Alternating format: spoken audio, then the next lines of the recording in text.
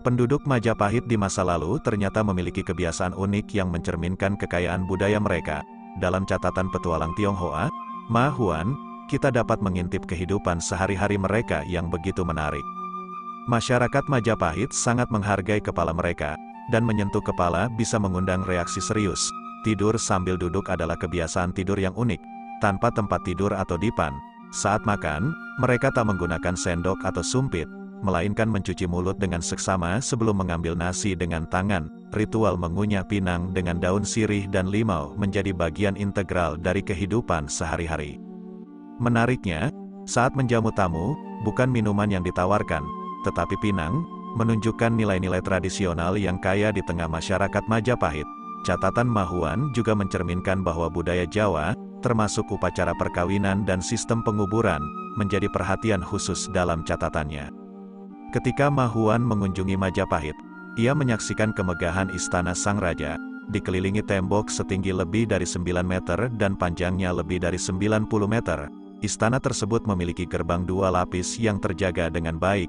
Bangunan-bangunan di dalamnya terletak tinggi di atas tanah dengan lantai dari papan yang dilapisi tikar rotan atau tikar rumput. Raja Majapahit tidak mengenakan penutup kepala dan seringkali memakai hiasan kepala dari dedaunan dan bunga emas. Selain itu, catatan Ma Huan menggambarkan pakaian Raja Majapahit yang unik.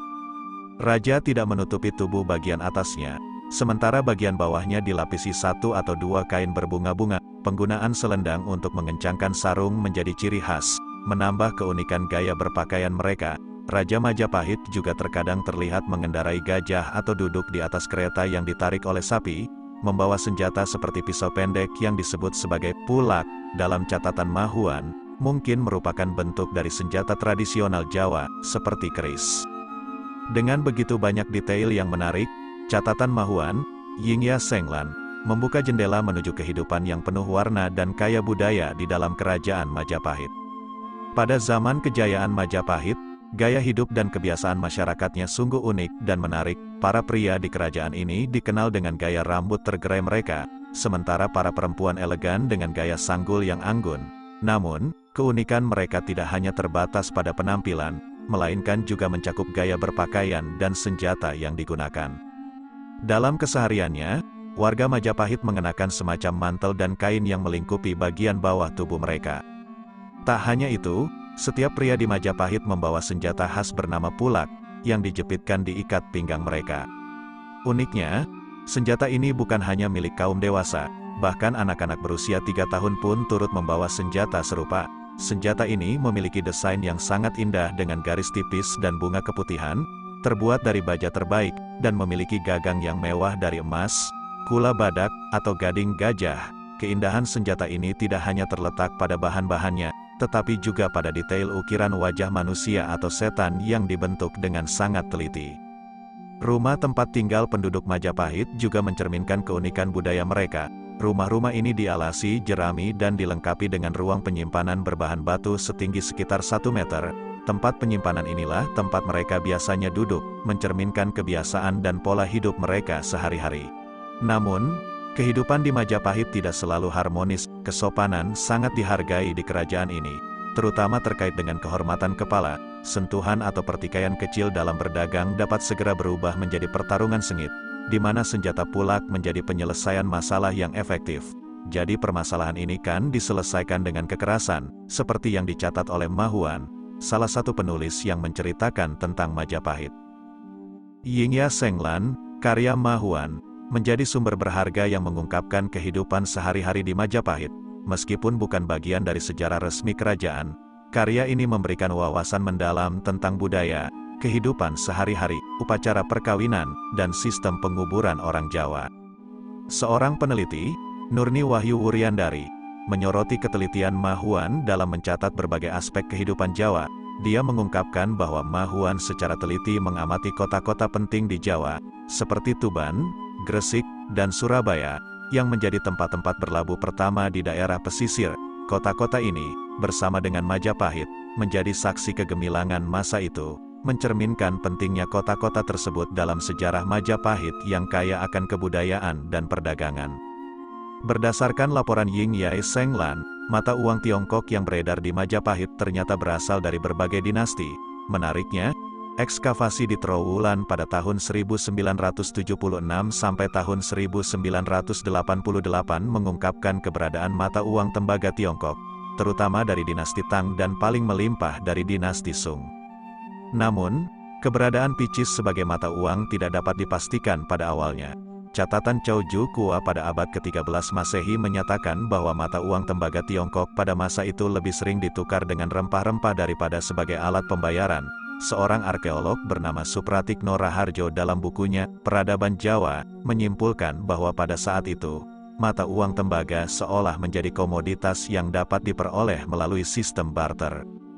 Pada abad ke-14, seiring dengan masa keemasan Majapahit, penggunaan mata uang Tiongkok semakin meresap ke dalam struktur pemerintahan. Ini terjadi meskipun pedagang Jawa mulai menggantikan dominasi pedagang Tiongkok di kawasan perdagangan Asia Tenggara. Walaupun hubungan dagang antara Majapahit dan Tiongkok mulai merosot sepanjang abad ke-14, penggunaan mata uang Tiongkok di Majapahit tetap stabil. Dalam konteks ini, mata uang palsu dan mata uang lokal baru, dikenal dengan sebutan gobok, mulai muncul. Gobok bahkan dijadikan mata uang resmi untuk keperluan pajak, dengan bentuk bulat dan lubang di tengah. Gobok diukir dengan motif-motif menarik seperti pohon, burung, rumah terbuka, air dan tempayan, ular, orang dalam bentuk wayang, gajah, ayam, kuda, orang di atas perahu, keris, dan bendera. Meski fungsi sebenarnya tidak sepenuhnya diketahui, Supratikno mencatat bahwa mata uang ini juga ditemukan di Patani dan digunakan sebagai semacam jimat atau benda keramat. Pada abad ke-15, mata uang Tiongkok masih beredar, terutama untuk transaksi dengan nilai rendah. Hal ini menandai penggantian sistem moneter asli Majapahit oleh mata uang Tiongkok. Penggunaan mata uang emas dan perak dalam satuan massa mulai meredup, dan mata uang Tiongkok semakin mendominasi Jawa, memperkuat kembali hubungan dagang antara kedua wilayah ini dari tahun 1400 hingga 1520 Masehi. Mata uang perunggu mengukir jejak sejarah yang menarik di Pulau Jawa, dengan beragam koin dari Tiongkok dan bahkan Jepang yang ditemukan di sana. Museum Ronggowarsito menjadi saksi bisu dari kekayaan mata uang logam ini, menyimpan koin-koin perunggu dari berbagai wilayah, terutama Pati dan Kudus. Eksplorasi di Pati menghasilkan temuan yang mencakup rentang waktu dari masa dinasti Tang hingga Ming.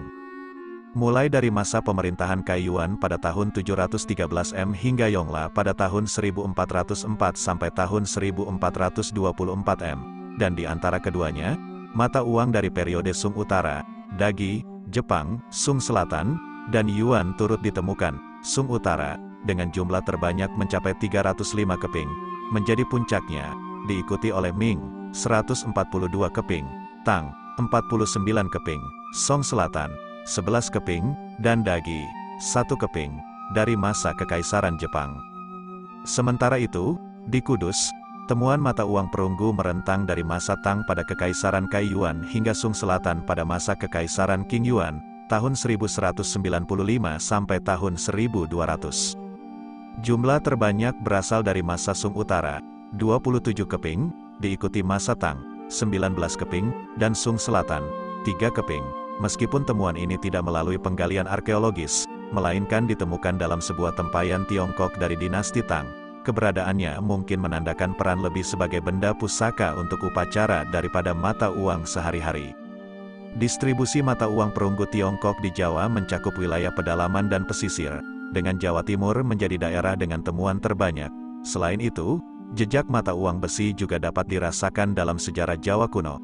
Prasasti Polengan tahun 876 Masehi menyebutkan istilah wesi ikat, yang menurut Stutterheim diartikan sebagai mata uang kepeng, dengan setiap ikat terdiri dari 50 mata uang beso yang dalam bahasa Jawa kemudian disebut skep. Supratikno mencatat bahwa temuan ini memberikan perkiraan tentang kehadiran mata uang Tiongkok di Jawa selama periode kekaisaran yang beruntun. Ini juga menunjukkan adanya hubungan yang berkelanjutan antara Jawa dan Tiongkok sejak abad ke-8 hingga ke-15 M. Periode dinasti Sung menjadi sorotan, dengan keberadaan mata uang yang paling melimpah, mencerminkan tingginya aktivitas perdagangan dengan Tiongkok pada masa itu. Jejak-jejak ini, terukir dalam logam perunggu, menjadi saksi bisu keterkaitan dan keragaman budaya di kawasan Nusantara.